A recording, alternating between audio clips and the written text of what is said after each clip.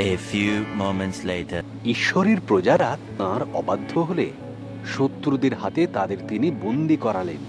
শত্রুরা জেরুসালেম ধ্বংস করে বহু ইহুদিকে তাদের দেশ ব্যাবিলনে নিয়ে গেল। দানিয়েলও ব্যাবিলনে নিয়ে যাওয়া বন্দী ইহুদিদের মধ্যে একজন ছিল। ঈশ্বরের প্রতি তার ছিল দারুণ ভক্তি। দিনে 3 বার সে ঈশ্বরের কাছে প্রার্থনা করত।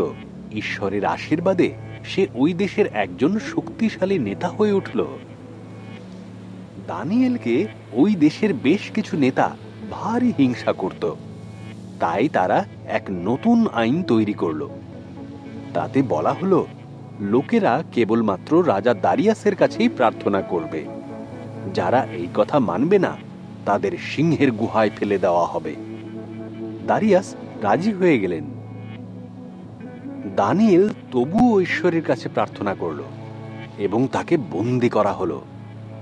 দারিয়াসের দুঃখ হলো, কারণ তিনি দানিয়েলকে পছন্দ করতেন।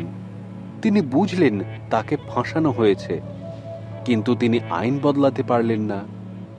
দানিয়েলকে সিংহের গুহায় ফেলে দেওয়া হলো। সিংহগুলো হুঙ্কার দিচ্ছিল আর দানিয়েলের কাছে এগিয়ে যাচ্ছিল। তখন এক স্বর্গদূত আসলো। ঈশ্বরই তাকে সেখানে পাঠিয়েছিলেন। স্বর্গদূত সেই সিংহগুলোর মুখ বন্ধ করে দিল। দানিয়েল সেই রাতটা নিরাপদে কাটালো। দিনের আলো ফুটলে রাজা দারিয়াস দেখতে গেলেন দানিয়েল বেঁচে আছে কিনা। দানিয়েল বললেন, ঈশ্বর এক স্বর্গদূতকে পাঠিয়েছিলেন আমাকে বাঁচানোর জন্য।